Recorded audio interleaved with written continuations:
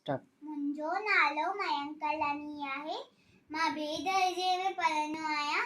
मुंहिंजे स्कूल जो नालो झूलेलाल ट्रस्ट स्कूल आहे। मां तव्हांखे सिंधीअ में हिकु बेत थो ॿुधायां।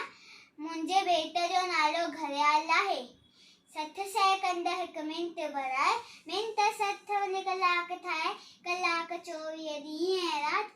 हीअ वाई घड़ियाल हीवा ॾींहं 365 हिकु साल।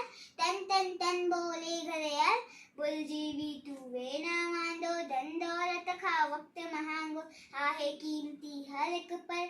इल्म सिखी कर उमर सफल, इल्म बिना जीवन जंजाल।